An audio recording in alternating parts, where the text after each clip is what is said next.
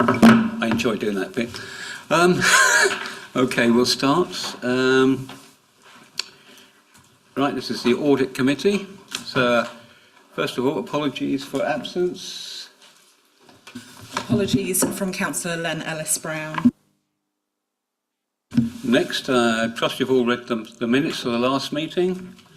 Does anyone want any changes, or shall we just agree the minutes? Paul? Yes, I think.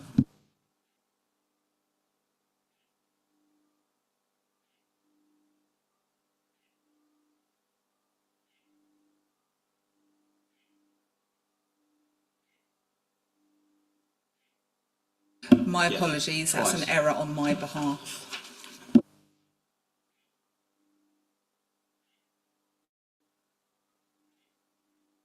Thank you. Minutes agreed. Any declarations of members' interests? Yes, sorry, yes. Councillor? Yes, I'm on the West Sussex, sorry. Yes, I'm on the West Sussex Pension Fund. Okay, thank you. Right, now it's announcements from myself, Chairman of the Committee. Right, well, I attended a weekend course run by the LGA on the Warwick University campus for audit chairs and leaders. It was very instructive. I learnt a great deal. I also learnt that we're doing a lot better than some other councils as well. So it's whetted my appetite, and it also had the best food I've ever tasted at the restaurant there, which, in case you all want to attend in the future, it's worth noting. So thank you very much for that. So we can now move on to the audit results report and to receive the report from the external auditor. I believe it's Hassan first. Yeah, thank you, Chair. So I'll briefly take members through the report. So we've got our audit results report on the agenda. Just setting the context. This is the results report for the 23-24 audit. Members may be aware that the 22-23 opinion was disclaimed, and that was reported at the 27th of November meeting of the committee.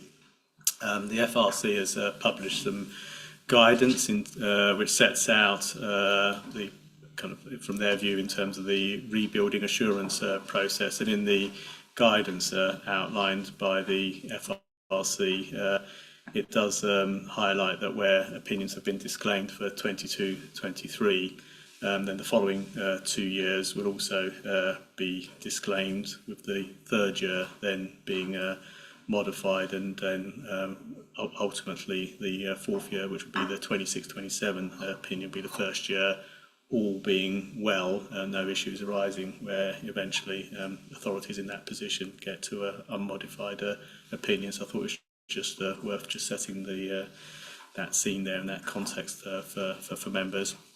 I'll take you through the executive summary, and so on your page 16.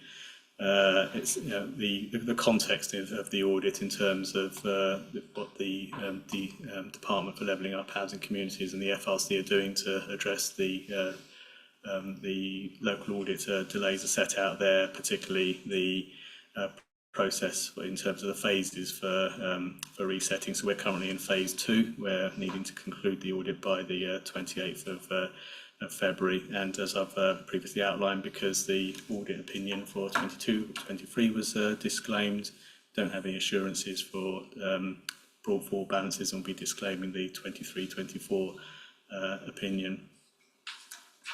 On page 17, we set out there the again kind of outlining in terms of the opinion that we're going to be giving. Also refers to Appendix A, which I'll come back to.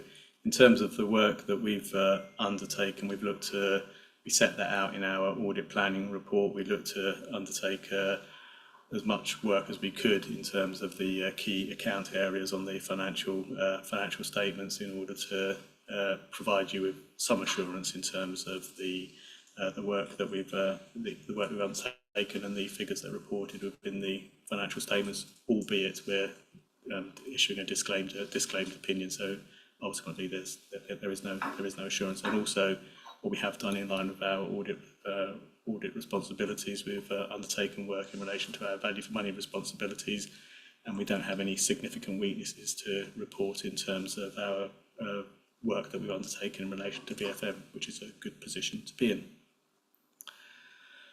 On page 18, your page 18, we provide the outline there, the scope, provide a scope update, and also the status of the audit. In terms of the scope update, the key changes from what's previously been reported in our audit planning report is that on receipt of the draft financial statements, we updated our materiality assessment. On your page 19 of the report, we summarise within the executive summary differences which management have agreed to amend, and also outline the areas where we've got unadjusted differences. So the differences which management have agreed to amend relates to accounting for, well, it's a reclassification in terms of grants, pensions. This is following management requested for an updated IS 19 report. As a result of that updated IS 19 report, there was an adjustment that was made to the draft financial statements, and also a change in the pensions asset value. During the course of our testing, we've identified some issues relating to investment property and property plant equipment, and the NNDR provision, which management have decided not to amend for on the basis of materiality. And also there was one case in terms of an investment property which related to a judgmental error, which again management had decided not to adjust on the basis of that judgmental error, and again that relates to on the basis of materiality. I would highlight there that in looking at the annual governance statement, we haven't identified any inconsistencies with our knowledge. We've also got a responsibility to report on the whole of government accounts. The NAO have issued their group instructions, but they haven't actually outlined to date whether any further assurances are going to be required. So we won't be able to issue our certificate and the certificate is a requirement for us to certify all our responsibilities have been completed. So we won't be able to issue a certificate that the audit's closed until we've had confirmation as to whether or not assurances are required in respect of, or additional procedures are required in relation to the whole of government accounts. But that won't necessarily be an issue in terms of the disclaimed opinion that we'll be issuing. On page 20, we summarise the areas of focus which were included within our plan, and provide a summary in terms of issues that are arising from the work that we undertook. Further details are included within section 2 of the report. I will highlight that in relation to the work on valuation of land and buildings, we have identified three issues there, which we summarise on that page. Understatement of investment property. Also looking at the cyclical valuation process, and whether or not an assessment had been made up to the 31st of March, and then also the third bullet point there in terms of car park valuations. We had some queries regarding the methodology that had been undertaken by the valuer. There's been some toing and throwing between our valuer and the council's valuer in relation to this, and we're in a position where we haven't been able to conclude on that particular item. And with the 28th of February backstop date, we decided it's best not to carry on looking to conclude on that, but just to draw a line in terms of where we'd got to. But that's something which we'll revisit as part of the 24-25 audit. And Finally, on page your page 21, on the executive summary, during the audit, we have identified some control observations and make some recommendations which are included within section 6 of the report. The control observations relate to valuation of property, plant, equipment and investment property. Also relates to IT user access, the use of suspense accounts and the capitalisation of salaries. And finally, also in terms of our independence, we've undertaken an update assessment of our independence, and there are no issues to report to the committee in relation to our independence. Before giving the opportunity for members to ask any questions, I'll just point you to Appendix A, which is starts from your page 47, and you'll see there the account areas and our assurance ratings in terms of the work that we've undertaken in relation to reserves and comprehensive income and expenditure statement. The reason that those two are red is because we've been unable to obtain assurance over the opening position. But I'm happy to take any questions which members may have. Okay, thank you. Up for this time, I'll start some questions, if I may. Okay, I've been going through your report. So I think some of them you've answered, but let me just run through again. So the first one's on page 16. You've given the reasons, basically, why we're having to give a disclaim report. Now, are those all being addressed? Particularly the lack of capacity in auditing, because you've put down lack of capacity with the local authority financial accounting profession, increased complexity of reporting, lack of capacity within audit firms with public sector experience, and increased regulatory pressure on audits. The third point, lack of capacity within audit firms with public sector experience. Is that problem being addressed for the future, do you think? I can't speak for all firms. I can, but for your company, outline in terms of what we're doing. So we are investing significantly within our teams in order to increase the capacity. Also, members may be aware that at the last contract which the PSA let out in terms of the appointments for local auditors, we as a firm took a conscious decision to reduce our market share because we wanted to make sure that we were in a sustainable position going forward. So there are some of the actions that we're taking as a firm in order to ensure that we've got the capacity to deliver the work which we need to deliver. Thank you. Okay, that's a very good response. Page 18 is the next one. Basically, the status of the audits, as it is there, lists the outstanding works. Those outstanding works will be complete before the deadline date, I take it?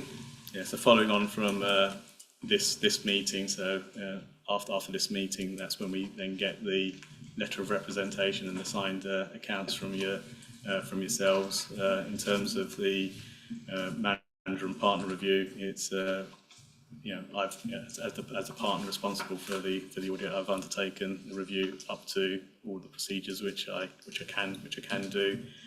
So it's no reasons why we won't be achieving the backstop date.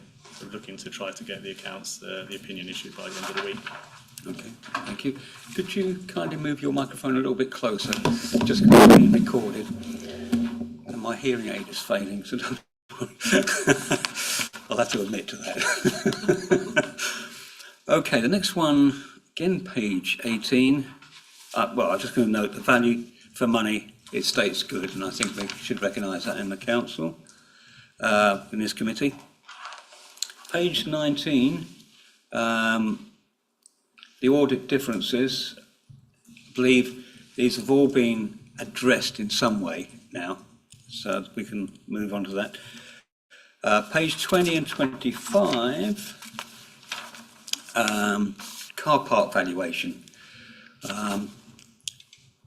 You state it's potentially incorrect, and the value at the moment is 23 million.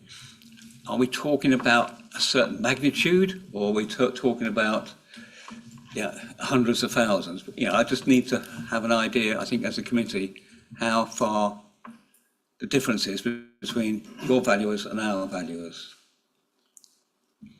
In terms of because we're looking at the procedures we're doing in terms of looking at the valuation methodology, so it's not at this point saying that it's definitively an error. So there were questions regarding the valuation methodology that the council's valuer had used. We were flagging up there were some significant differences. I think Sonny could probably come in terms of outlining the actual spectrum of those differences, unless Sam, you've got those right, okay, available. But as I said, because we hadn't actually concluded our work in that area and we had questions to do with the valuation methodology, we can't say, we're not saying now that it is an actual error. There are just differences that we were still working through as part of the procedures, but because of the time it potentially would have taken to do that, we decided that we would we wouldn't be able to do that by the backstop date, so hence we stopped the work in that particular area. Okay, so the valuers, these are the same valuer organisation we've used previously, I believe. Can I have that confirmed? And that's how it's been in the accounts previously. Okay.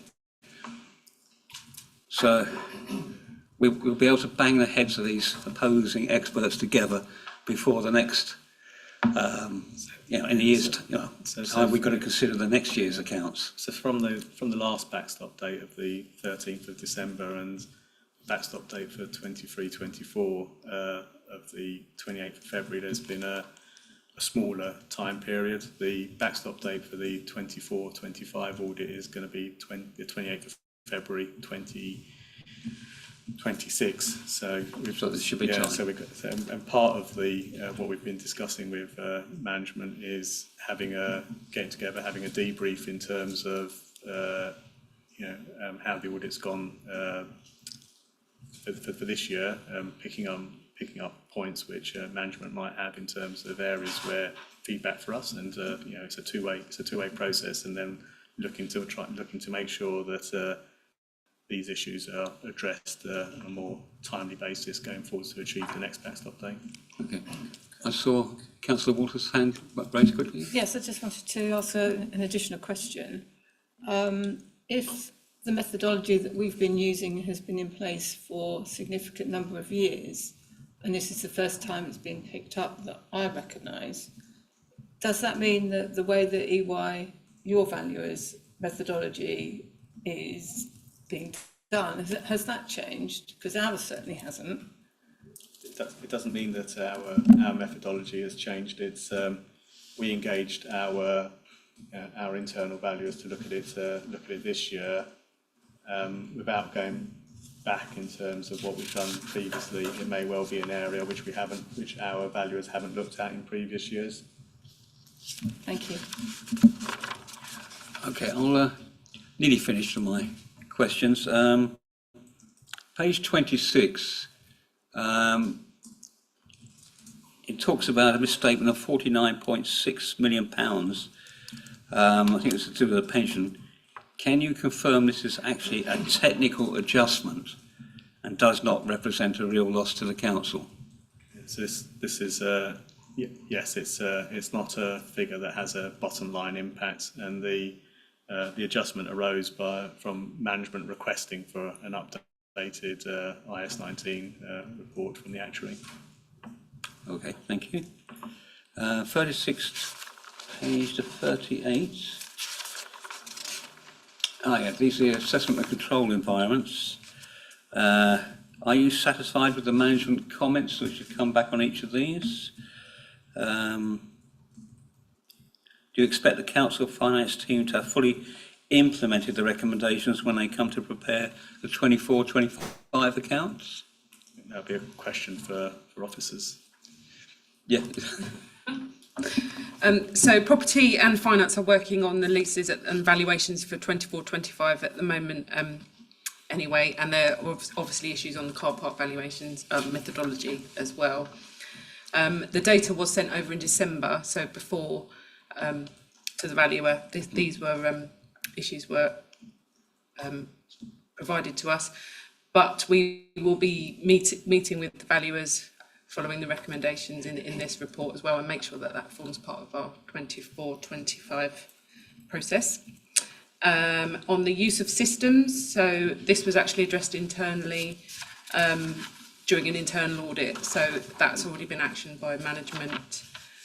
Suspense accounts, again, that's the third point that's been addressed and will be actioned for 24-25.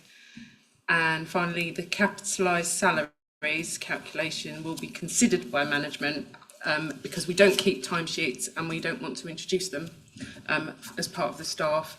But during budget setting and close down, we have put in extra steps to identify staff time worked on projects or what we can expect on a project and what has actually been spent on a project.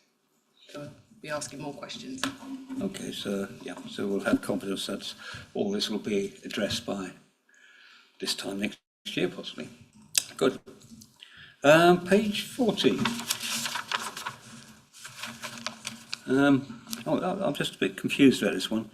Under consistency of other information, the final sentence there, it says, we have reviewed the annual governance statement and can confirm it is/is not consistent. Apologies, a typo on our part. So I'll just state we confirm it is consistent with our. It is consistent. All right. It is. All right, page 45. Yeah, this bit quite shocked me. It's the fees for the external auditor. Last year it was 48.6, and now it's 148.3. We've gone up by a whopping £100,000. You know, and obviously, council, we want to be careful how we're spending this money. And the proposed scale fee for variation, you're talking about another £30,000 and £40,000 on top of that. So we could be hit with extra charge of £140,000. Really, can you explain how that extra charge is warranted? Yeah, sure. So first of all, I'll say the prior year figure, 48,600, is the scale fee under the old contract. The current year figure, the scale fee there of 148,000 is the scale fee under the new contract. And members may be aware that as a firm we wrote to Section 151 officers and audit committee chairs a couple of years ago. So Janet Dawson, as she was the head of our government and public sector assurance line at the time, she wrote to chairs audit committee Section 151 officers setting out our view as a firm in terms of why the scale fees were at a level which is too low in terms of what for the work that's required. So I think the increase from the previous scale fee as per the old contract, the new scale fee is some of the reasons for that are kind of outlined in previous communications that we've had with the committee. In terms of the scale fee is set at a level where for undertaking the work that's required, but if there are additional work which we believe is not covered by the scale fee, where there's been additional time taken to review certain areas, or there've been additional need for specialists, then that will form as part of a scale fee variation. Any scale fee variations will need to be ultimately determined by the PSA. So we can put out what we think, but the PSA will actually determine the scale fee. So we set out there some of the reasons that have, some of the factors that have arisen during the course of our 23-24 audits contribute to those additional fees. We've put a range in there because we wanted to flag to the committee that there's going to be some additional fees, but we haven't yet set out what those are. We will, on the conclusion of the audit, outline those to management. They may or may not agree with the increases which we're proposing. If they agree in part or disagree in its totality, either way it will be going to the PSA for determination, and we'll report back to the committee in terms of the position on the fees. So it will go to the PSA for determination. It just seems it's a lot of money, but okay, whatever can be done to minimise it, we would always appreciate it, obviously, from a council point of view. Okay, thank you for your explanation on that. Page 47, summary of assurances, mostly substantial assurance. Now, the red ones, which are non-assurance, okay, and we can understand the reasons why. Will they be turning a different colour as we move through this system of trying to bring everything back under control? So could we expect those to move to at least an orange partial rating? That should be the case as we start going forward as part through the years, as I outlined before, in terms of the guidance paper which the FRC has published in terms of their view on the rebuilding assurance process. So they kind of set out the fact that following a disclaimer in 22-23 there'll be a further 2 years of disclaimers, then an unmodified opinion, and then a position in fourth year where you get to a unmodified audit report. Okay. I think that's all the questions I have. Does anyone else want to ask? Councillor? I'll go for a few questions if I may. Apologies, I'll go for questions if I may, thank you. I'll go backwards on a couple of them. I'm quite grateful that the fee scales have been changed because they were grossly undervalued, and the fees, I was very concerned that the level of fees meant that actually the quality of the audit that we would be getting would not be the quality that we would expect. So I feel quite pleased, and if you think about an organisation, a private organisation with the turnover of our income, then I think they'd be quite grateful for a fee that we're currently paying for our audit. But if I just start then at the beginning and I go to page 16, and I suppose the fact that we don't have a real opinion, well, we have an opinion, but it's not an opinion, if you see what I'm saying. What's the level of risk to the organisation on not having that opinion, I suppose? In respect that what we're actually saying is you're giving an opinion, but it's not really an opinion, is it? Yeah, it's a disclaimed opinion. Yes. Yeah, exactly. So what is the level of risk to the organisation if you sort of gave it on a traffic light system, red, amber, green?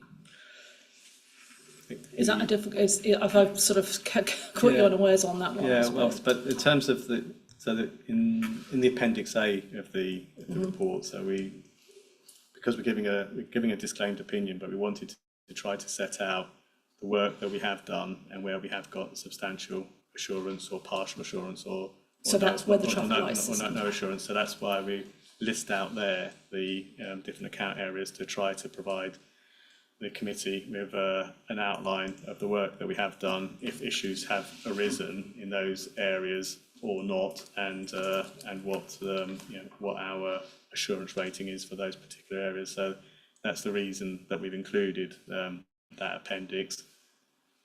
But in terms of the actual opinion itself, it is a disclaimed opinion, and that's I understand perfectly why you felt you needed to do that, and that's fine. That's the answer I was hoping for, because I thought that was really useful. And you're referring to page 47, 48, which was very useful. I'll come back to that. On page 17, we discussed the fact that in order to actually rebuild your assurance, you have effectively a minimum of, it says a minimum 3-year timeline to rebuild your audit assurances. So I suppose the question I'm going to ask is, do you think it will take you 3 years, or will you be able to do it quicker?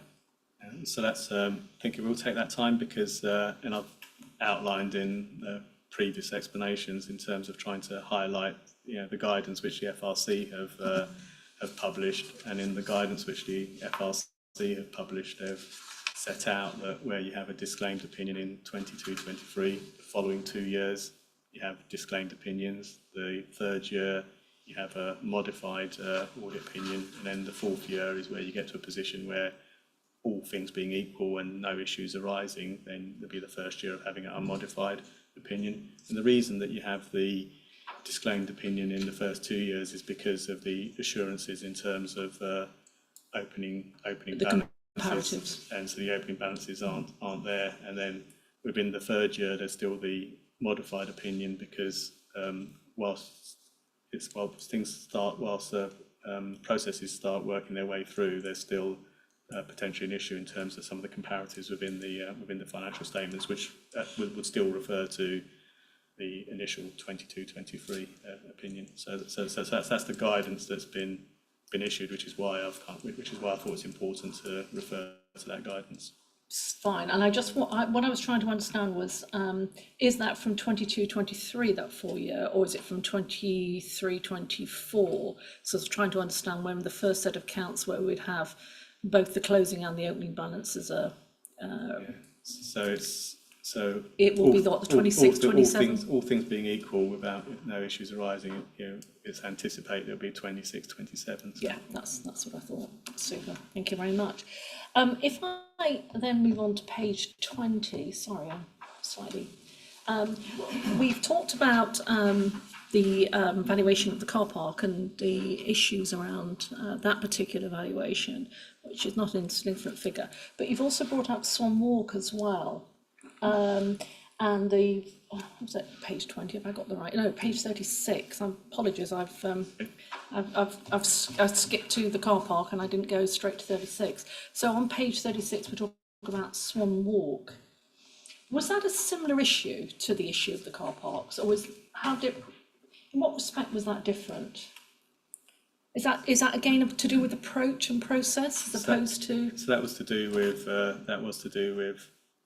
So for Swan Walk, ultimately came, our valuer came to the conclusion that it was within a reasonable range, but there were questions about certain elements of the valuation, and the elements of the valuation are highlighted on there, page 36. Okay, so was it again process? Just the differences in the way in which it was being valued, but it wasn't as material as the car parks. Is that what you're saying? For Swan Walk, it came out within a reasonable range. For the car parks, potentially it may the view that we have is that potentially it may not be within a reasonable range. But then there are some questions in terms of, as I alluded to earlier on, some ongoing discussions between the valuers in terms of approach, which we didn't bottom out in time to conclude by the 28th of February. Okay, thank you.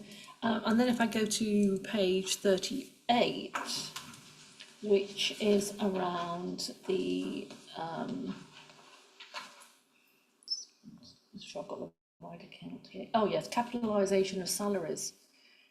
And it said here there's no clear basis for allocating salaries. There must be accounting practice of some sort of policy around allocation, capitalisation of salaries, is there not?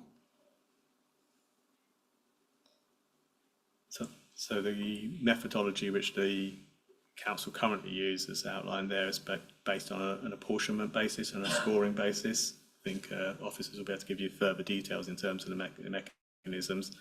When we were looking at it, we were looking to see whether time spent on a project had actually been that was being used in order to capitalise the salaries and allocate the salaries on that basis. Hence the recommendation which we've made.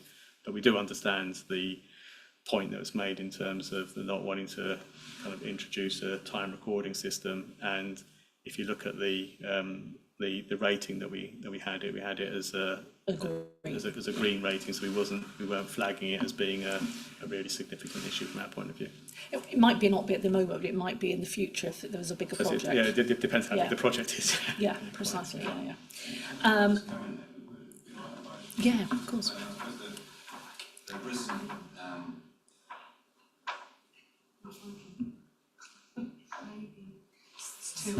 Oh, Sorry, that's better. I suppose the risk around capitalisation of salaries is capitalising more, and I suspect we probably don't capitalise enough. So actually the risk on this basis is lower than it would be, because there are authorities who do deliberately capitalise things that they perhaps, are greyer areas. We are risk averse in that effect. We do have a methodology of how we calculate that. It's not as precise as perhaps theoretically the auditor would like us to do. We will look at it to see if we can improve that process, but we are not minded to introduce something that is an industry in itself to calculate people's time to a precise 5 minutes.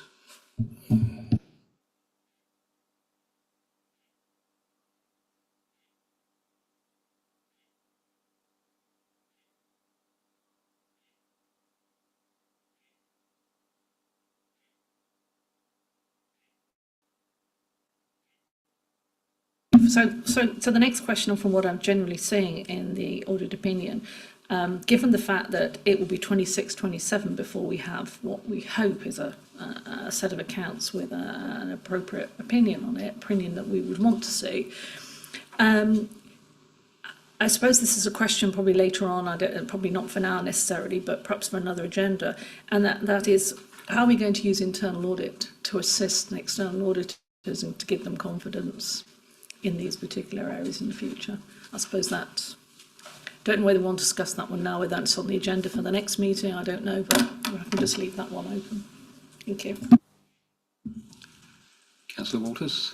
Yeah, I'd like to go back to this 22-23, because if I'm recollecting this correctly, it was because we didn't have enough auditing capacity to finalise those results in terms of giving us an assured set of accounts. So the cause of this was out of our control. That's my understanding. I'd like to be put right if that's wrong.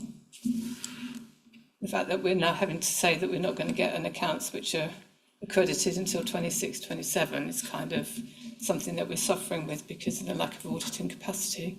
External audit. I think this is a national situation, isn't it? And it is, there are a number of factors, including finance teams not being able to prepare accounts in other authorities, not necessarily here, it's not here. And of course, the auditors have really struggled with the low fees, and that has driven auditors away from that industry, and therefore they are finding it difficult. I'm sure Hassan can give some examples of that. So it's a combination of various things as well, isn't it? Our accounts are getting more complex. It's harder to put them together. It's harder to audit. There are a number of different things in this. So for us, I think we all have to take this approach, though, to be able to fix the problem. Because we could sit here and say, well, we demand a full audit and a full opinion, but actually that doesn't fix the problem across the whole nation. So we all have to bear the situation, and if that means we have a disclaimed opinion, which I'm not particularly happy about personally. I'm signing this off, don't forget, but it's for the greater good, and therefore we have to do that as an authority. But yes, you are right that our accounts were ready and would have been able to have been audited, but for the audit issues that were there. Thank you very much. Can I just follow up on that with Tom? So, given what you've just described, can you tell me what risks that we therefore hold till the audit of 26-27, the scale of those and the likelihood of them occurring?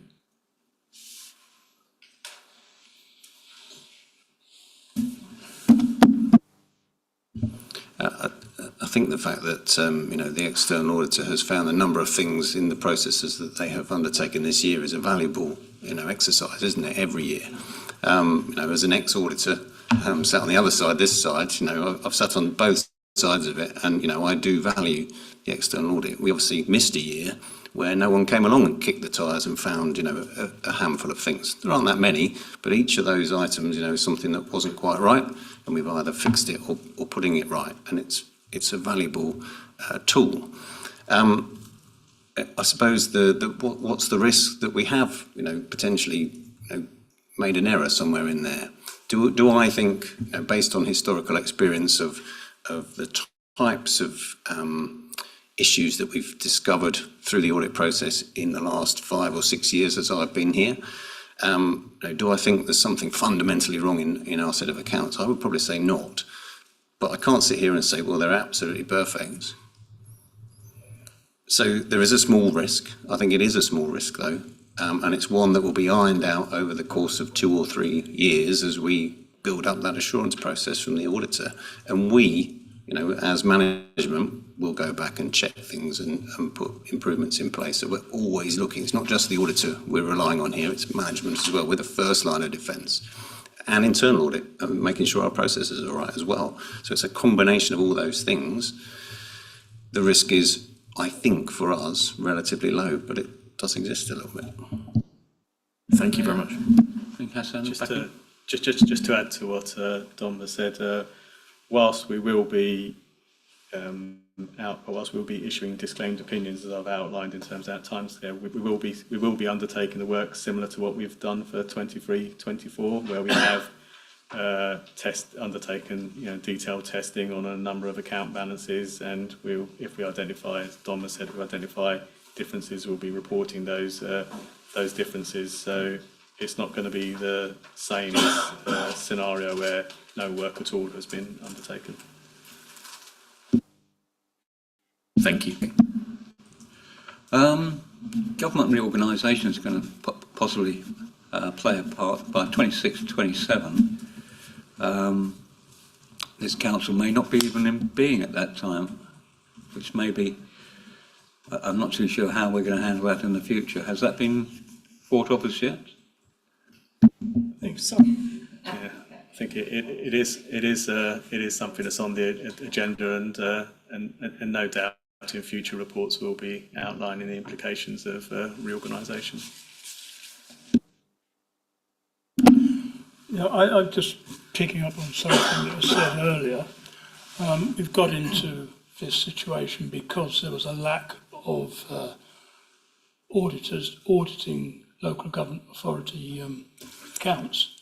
I believe what you said, to make sure that you are giving the best service you can, you're actually going to reduce the number of clients you are taking.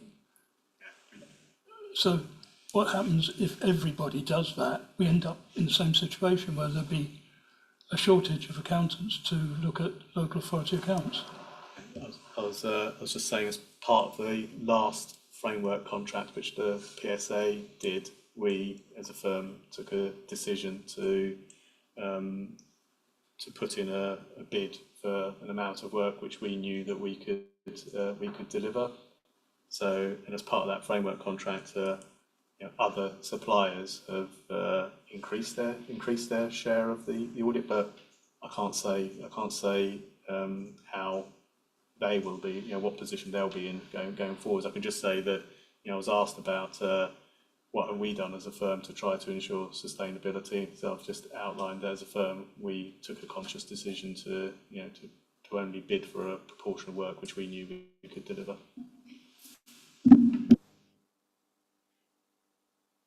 Any further questions? Paul King? Yeah, thank you, Chair. I think actually most of the questions I would have asked have been picked up already, which makes my life a bit easier. I would just pick up a couple of things. On the Appendix A, I too was actually quite reassured by the amount of green that was there, and particularly around if I think about what potentially, coming back to the question about risks, are there potentially assets which are overvalued or just aren't there, or are there liabilities which should be there which aren't, and so on. And I think a lot of the assurance we've got in those areas is very positive, and even where we've only got partial assurance on valuations, the work that's been done, I mean, there's obviously an issue with car parks, but the other points that are coming up are not material, so I don't see them as major risks. And also, if I think more broadly about some of the well-publicised failures of other local authorities, I don't see the kind of issues at those authorities, at this authority. So, the fact we have no external borrowing means we are not exposed as a council to the vagaries of interest rate movements, and also, significant problems with commercial properties being, overvalued and having to be substantially written down. We don't have loans of, the kind that Brighton and Hove Council made in respect of their project, which basically have then got to be written off at huge cost. So, I'm not, I'm an ex-auditor, but reading this, I can't be completely reassured, because obviously that's the point of having an audit, is to have an independent opinion about are the accounts true and fair, which we don't have. But within the limitations of what we've has been set out, I feel reasonably assured that Horsham is not another Thurrock, it's not another Slough, it's not another Woking, it's not another Northamptonshire, and the list goes on. So I think that's positive. And if we are looking for next year's audit, that the areas in red potentially might be moving to amber, then I think that gives us some confidence about the direction. Just one point on the car parks. I know, Hassan, you can't tell us what the potential changes are, but is it possible to say that, given the differences in the methodologies that the respective valuers are discussing, is it, would you say, without putting on the spot too much, is it more likely that that valuation is overstated or understated? Because obviously, if it's understated, then that's in some ways, our car parks are 23.2, but they should be like 30 or 40. That's a different ballgame than if those car parks are worth 2 million rather than 23 million. So is there any indication about, while the discussions are ongoing, are we potentially more likely to be looking at an overvaluation or an undervaluation? Sunny, I don't know if you want to kind of just briefly outline. Sure, it could be that, or it could just be thereabouts. So it varies on each car park, etc. So without doing further work on it, we wouldn't be able to confirm at this point in time whether it'd be overstated or understated, or just thereabouts. So if it would be helpful, after following on from the committee, we'll share some details with Dom, who then can share that with the committee. I think the key for us from the management side of things is obviously to sit down with the all parties and work through this as quickly as possible, because we're obviously putting together in 5 weeks' time or so 24-25 accounts. So for us, we really want to sit down and work out what those issues are as quickly as we can. And the difficulty, I suppose, Hassan, that we have sometimes is dealing with EY real estate is an arm's length away from you and from Sunny, so that their engagement with us and our experts as well would be really important to us.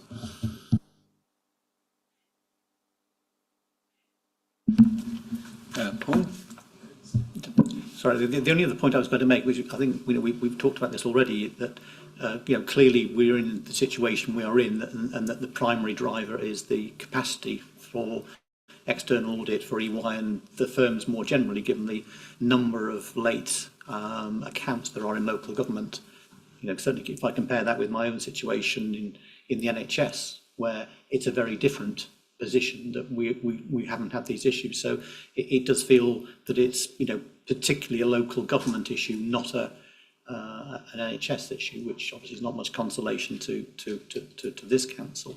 But I'd also want to sort of pick up the point about there's nothing in the reports, there's nothing in what we know generally about our own finance team, which suggests that the issue is, with the finance team not being able to produce accounts or not being able to produce proper working papers. So I think, we should record the fact that, that there's no indication that that the shortcomings are, on the side of the finance team. The team produce the accounts regularly each year. They are complete, and that there are issues, but there are not wholesale issues. There are not huge gaps in the accounts and huge gaps in the supporting evidence. So I think we do need to recognise that as a committee. Yeah, we do need to recognise that we do have confidence in our finance team. I agree. Thank you. Any further questions? If I may, just in respect to lease notes 24, which I think is contained on page 54 on the main papers, it states in there that this issue will be resolved within the next 6 weeks. I think on page 54. I take it from that this was an accounting error that we were able to quickly address.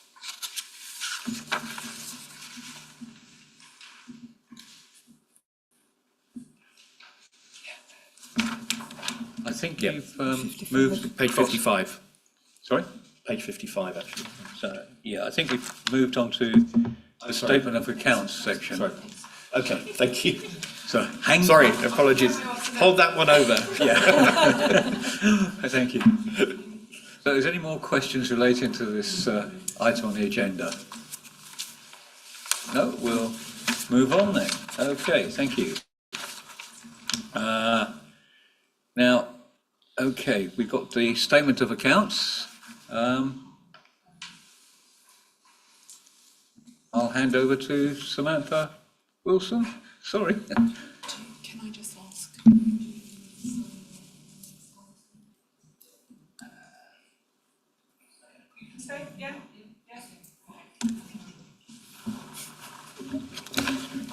So I would just like to start by thanking Hassan, Sunny and the team at EY for all their work throughout the audit. It's been a long road. We've been on and off since July, so a quick break before we start the 24-25 close down is very welcomed. As you know, an informal briefing was held on the 6th of February to discuss the accounts and answer any queries, and the slide deck from that briefing was also circulated to the committee last week. Before I do take questions on the accounts, I want to draw the committee's attention to some amendments that have been made since publication, since they've been in your agenda pack, 3 of which I will go through with you now. And these have been agreed between myself and Sunny since we've published the accounts, so I've not made them up. So the 3 main are, so on the balance sheet, which is page 73 of your reports pack, the figure shown for long-term assets is transposed. So in the report back, it says 2803,534, and it's been updated to 280354. And all of the other numbers remain unchanged on the balance sheet. The second one is on the cash flow statement, which is page 74. There's been a slight presentational adjustment. So at the top of the page, it's got adjustment for items in the net deficit on the provision of services. That figure has been changed from 7436 to 7678. And then that obviously has a knock-on effect on that total in bold there, which has gone from 1953 to 2195. Further down, the other receipts from investing activities, this has been amended, the corresponding half of that amendment. So it was a negative 6599, it's now a negative 6842. All other numbers on the cash flow statement remain unchanged, but you'll see down the side there's note 21. That note has been updated with the figure as well. And finally, the last one is on the comprehensive income and expenditure statement, which is page 72. The revenues and benefit income has been reduced by 279 from a negative 24907 to a negative 24628. This is to correct a correction in note 10. This obviously impacts the line below, which is the in cost of service income, and consequently the cost of service net expenditure. So net expenditure has changed from 23244 to 23523. And then finally, 3 lines down, the corresponding correction of that is in the taxation and non-specific grant income. This has been updated from a negative 30119 to a negative 30398. And everything else in the main statements remains the same. Notes to those, so you've got note 7, 7A on pages 84 and 85 have been updated, and note 10 as well on page 87 has been updated following those changes. Now I'll take questions. Any questions? Councillor Joy Dennis. Sorry, I keep forgetting. If I just briefly go to page 106, and I'll get there myself as well at some stage. See, it's a long document, isn't it? They always are. The wholly owned entities.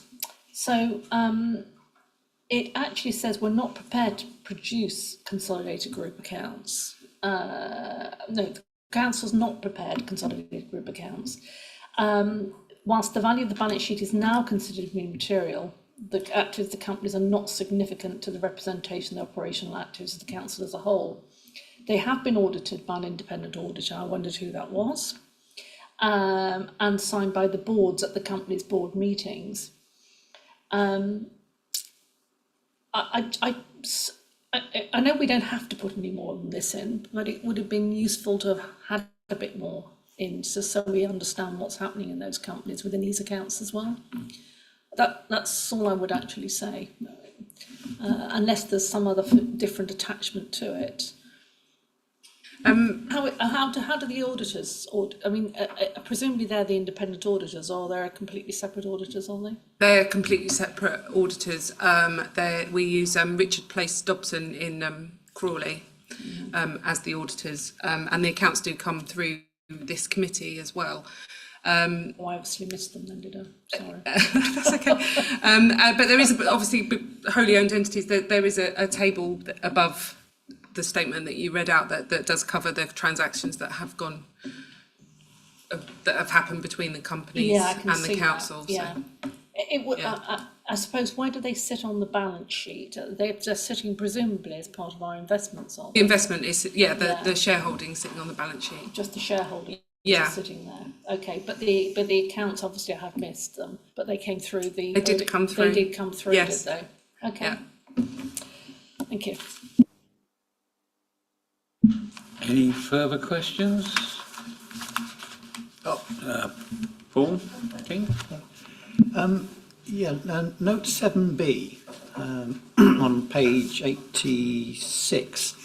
When I look at the income section, the sort of figures that stood out to me was the sort of income, interest and investment income had gone from 925 to 8.537 million, which seemed to be a huge increase in the space of a year in that line of income. What's the reason? Is that the LGPS pension? I'm not sure. I'm just curious as to. It looks like we've almost increased our interest and investment income by a factor of 10, which feels a bit unlikely. So the pension interest does go through there as well, and we also had obviously the increased interest rate help with our treasury management activities, and I checked the balance sheet before this meeting, and we had a £4.5 million movement on money market funds in the year. So that would account for.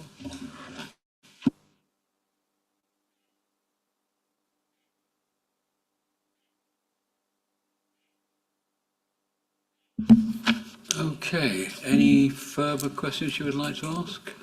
Nigel Emery? If I can go back to my original question, which is on page 54, section 1.6. I would appreciate if you could just clarify the point about lease valuations and the fact that you chose not to make an adjustment to this because of disproportionate work. But I noticed you go on to say that actually this will be resolved within 6 weeks. Would you mind elaborating upon that? Yes, so of course in 6 weeks' time the 24-25 year ends, and we'll be getting requesting valuations and estimates again for this year, hence why in 6 weeks' time it will change. Thank you so much. Okay, shall we move on now to approve the statement of accounts? Can I ask for all those in favour? I think that's carried. Yep. Thank you very much.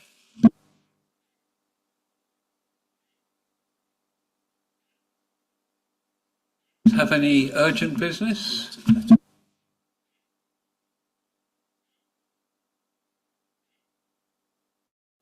I'll put this microphone on. There's a letter of representation that has to be signed.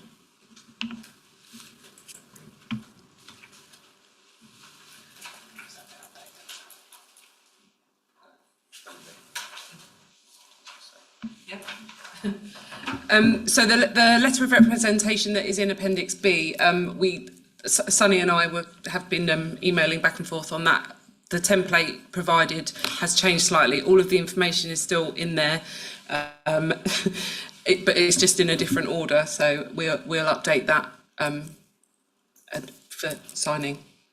Okay, so it'll be electronically signed by myself and 151 officer. Thank you. I have no urgent business, unless anybody else has got any urgent business. So I think we can call the meeting to a close. Thank you very much for all your attendance. And there's a lot of cake over there you can now get onto. Thank you very much.